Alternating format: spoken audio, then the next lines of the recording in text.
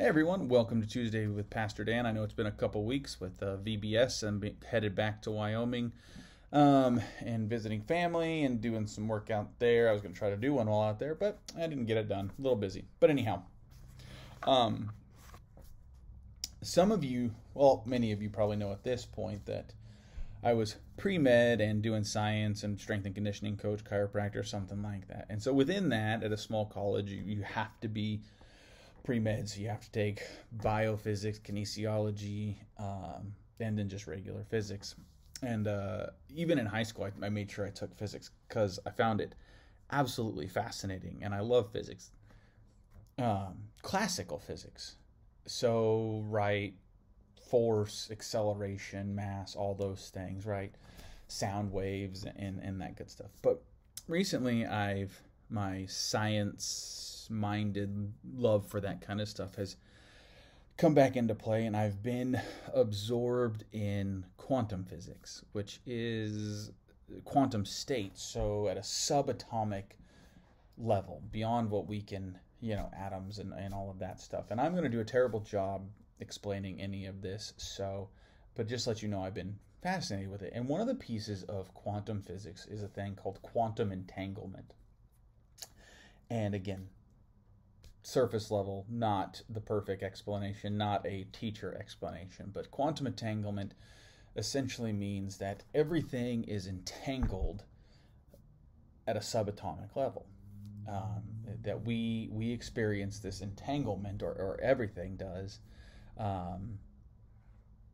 to subatomic particles can be intimately linked to each other, even if separated by billions of light years of space. Like it's counterintuitive. It's wild. It's strange.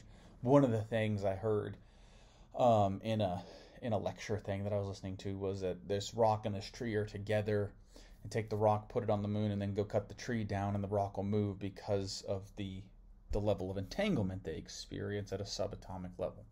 Now, I tell you all this because A, it's really cool. And I think everybody should surfacely check it out because I think it's super fascinating and explains so much of who we are as creatures and created creatures as a whole, by a divine that has created us in this super interconnected way. I think it's also vitally important for us as people of faith because it explains a level of our faith is that we are all interconnected. I once had heard that, at seminary we talked about the interconnectedness, and it was like a quilt or a loom that all of our lives were woven together like a great weaving.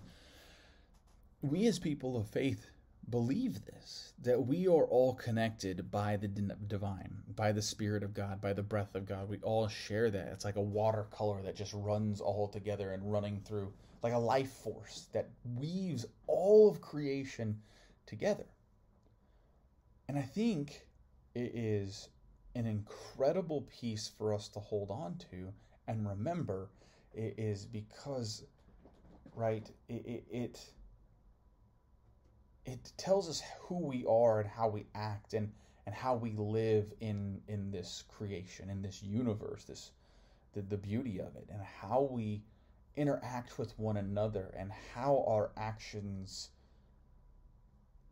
impact and move and do things to other pieces of creation, and then affect us, and how others affect us, even if we're separated emotionally, physically, mentally, whatever it may be, that we are entangled. We are woven together. There is a watercolored life force flowing through all of us that binds each and every one of us together. We sing songs about it. It's like we've known about this forever. We really, it's been 2013 that the big experiments have been done on quantum entanglement that have really kind of said this is a reality.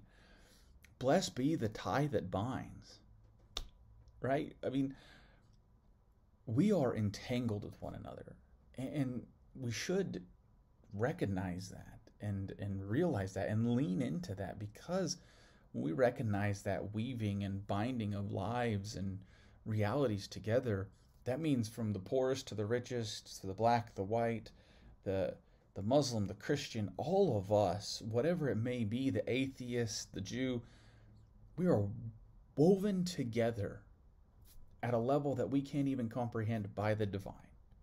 So what we do and how we act and what we say impacts one another and impacts creation.